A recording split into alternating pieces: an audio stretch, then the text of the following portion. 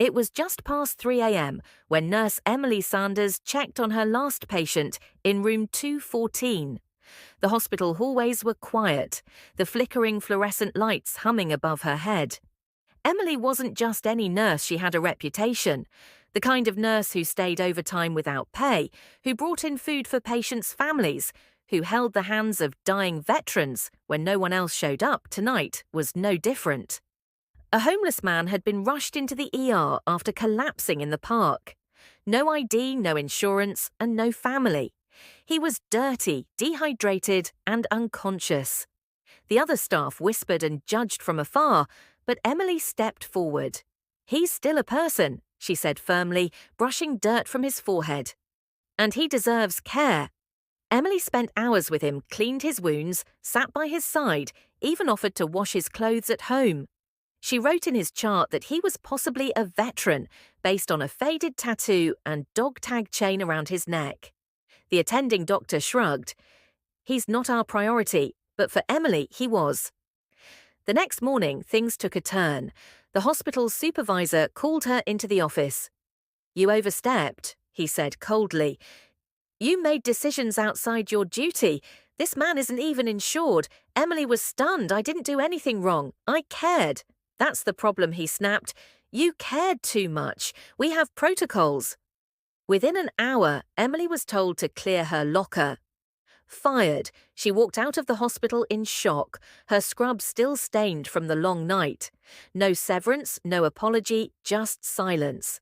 The staff avoided eye contact, only the janitor nodded respectfully as she passed. But what Emily didn't know was that the man she saved wasn't just anyone, and someone very powerful had just learned what happened to her. Someone who owed his life to people like her. And this time, someone was going to speak up. 3 days passed. Emily sat on her apartment balcony, staring out at the city she used to love. Her phone was silent. No job offers, no support from the hospital. She applied to 3 clinics, 2 nursing homes, and a school health office, all replied with the same cold rejection: position filled. Her heart hurt more than her pride. All she did was carr. Meanwhile, across the city, in a sleek military facility tucked behind guarded gates, a retired U.S. Army general named Richard Alden stared at a report on his desk. A nurse had helped a man, a veteran, likely suffering from PTSD and severe neglect, and was fired for it. The man turned out to be one of Alden's former soldiers. Sergeant Pete Mendez had vanished after his discharge, falling through the cracks like so many others. But thanks to Emily's handwritten note in the hospital chart, the VA had been alerted. And that alert landed on General Alden's desk. He clenched his jaw. They kicked her out for doing the right thing. He picked up his phone and made one call. Back in her apartment, Emily was sorting through bills when her phone rang. A number she didn't recognize. She almost ignored it, but something told her to answer Miss Sanders. The voice was deep, commanding. "This is General Richard Alden. I believe you saved one of my men." Emily blinked. I just did what any nurse would do." "No," the general said firmly. "You did what a good nurse would do. I read the report. You went above and beyond. I lost my job for it," she said, her voice soft. There was a pause. "How would you like to come to Washington for a meeting?" he asked. "There's someone who wants to thank you, and I think it's time people like you got the recognition they deserve." Emily froze. "Is this real?" "Oh, it's real," Alden replied. "And you've got a lot more people behind you than you think." Little did she know, this call would change everything, not just for her, but for the entire hospital system. Emily arrived in Washington 2 days later, nervous but curious. She wore her best outfit, a plain navy dress and flats, and clutched the small black purse that held her resume, just in case. She wasn't used to this world.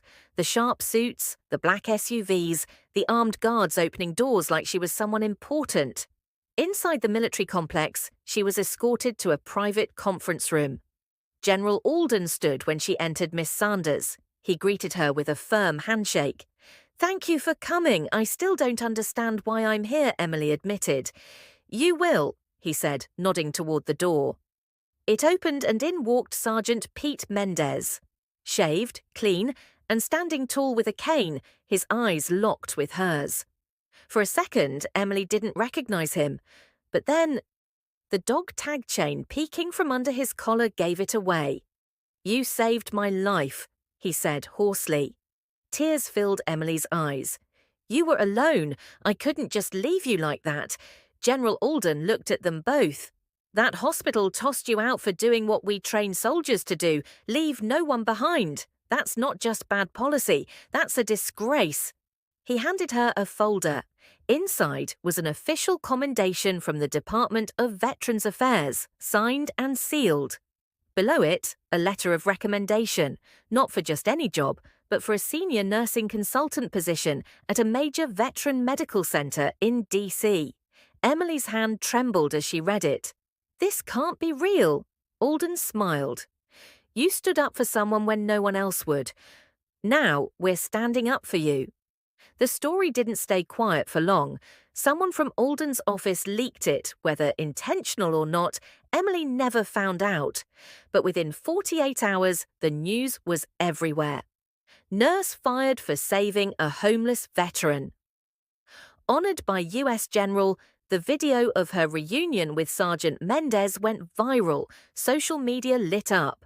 Hashtags like "Mashing Stand with Nurse Emily" and "Heroes Help Heroes" trended nationwide. Back in her old hospital, the board scrambled. They hadn't expected this. Now, reporters were calling, patients were protesting, and the administration's silence was getting louder by the minute. Emily was no longer just a nurse, she was a symbol. It didn't take long for the pressure to build. Outside St. Andrew's Memorial Hospital, the same place that had once fired Emily without a second thought, protesters lined the sidewalk. Veterans in uniform, nurses in scrubs, and ordinary citizens held up signs, "Compassion is not a crime." "Reinstate nurse, Emily, protect those who protect us." The hospital administration remained silent at first, but as news vans parked outside their doors and sponsors started to question their ethics, silence was no longer an option. In a tense emergency meeting, the hospital board reviewed Emily's termination. "This isn't about policy anymore," one board member admitted, sweating beneath the camera lights. "This is a PR disaster. She broke protocol." The supervisor argued the same man who had fired her. "We can't just bring her back." But others disagreed. Staff had started to speak up, not just about Emily's firing, but about the cold, profit-first environment that had been growing for years. One brave nurse stepped forward anonymously. "She was the only one who treated patients like people. If this hospital can't support that, then what are we even doing here?"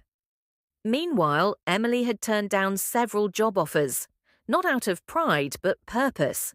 "I didn't do what I did for attention," she told one interviewer. "I just want to work somewhere where kindness isn't punished." Still, she kept one offer close, the senior consultant position for veterans care. General Alden's team had even hinted at a potential policy advisory role, something that could help change the way hospitals treated uninsured patients, especially veterans. Then came the unexpected. A handwritten letter arrived at Emily's door. It was from the family of a man she'd treated 2 years ago, a man who had passed away under her care. The daughter wrote, "You sat with him when we couldn't be there. You held his hand. We never forgot that. The world finally knows what we already did." Emily wiped away tears. For the first time in weeks, she smiled. Not because the world was cheering for her, but because she remembered why she became a nurse in the first place. She never wanted fame. She wanted to make people feel human. And now, her courage was doing exactly that far beyond the hospital walls.